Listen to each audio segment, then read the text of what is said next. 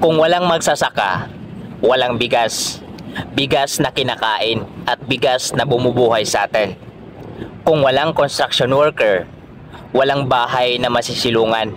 Walang gusalit establishmento na mapagtatrabahuan. At walang karsadang madadaanan patungo sa pangaraw-araw nating pangkabuhayan. Pansin nyo ba? Yung mga pinaka-importanting bagay sa ating buhay, ang mga gumagawa nun, sila pa yung madalas na kinukutya, pinagtatawanan at minamaliit ng karamihan. Ganon katoksik, ganon kayo magtrato sa kapwa nyo tao, na kung makapanglait kayo akala nyo kung sino. Porket may natapos kayo, porket nasa aircon kayo nagtatrabaho, porket mataas yung mga sahod ninyo at porket magaan lang yung trabaho ninyo, basta-basta nyo na lang pabibigatin ang mga dibdib ng mga taong to sa pamamagitan ng mga masasakit na salita ninyo. Oo, aminado, madalas sa aming mga magsasaka, mga mahihirap. Madalas sa mga construction worker, mga mahihirap.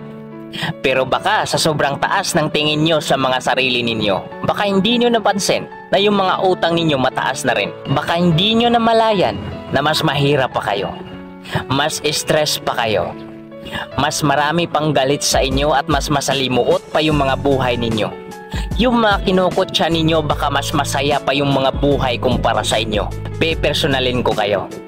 Mamili ba kayo ng taong irerespeto? Mga mayayaman at may kapangyarihan lang ba ang deserve nun? Diba deserve yun sa lahat ng tao? Lalo na sa mga taong mas nagsasakripisyo para sa mas nakakarami. Ikaw, na nang mamaliit sa kapwa mo, tanungin mo sarili mo kung anong mga naiambag mo. Baka sa pagbuhay ng sarili mo pa lang, nagpapatulong ka pa sa ibang tao. Palamunin ka. Isa ka lang sa mga nagpapabigat sa ekonomiya. Buti pa nga yung mga construction worker at magsasaka. Kahit minamaliit nyo sila na ganun trabaho nila, pero ang laking ambag sa ekonomiya. Klaro pa sa sikat ng araw ang mga naitulong nila. Pero kayo, nagpapapansin at nagsiga-sigaan lang kayo dito sa social media.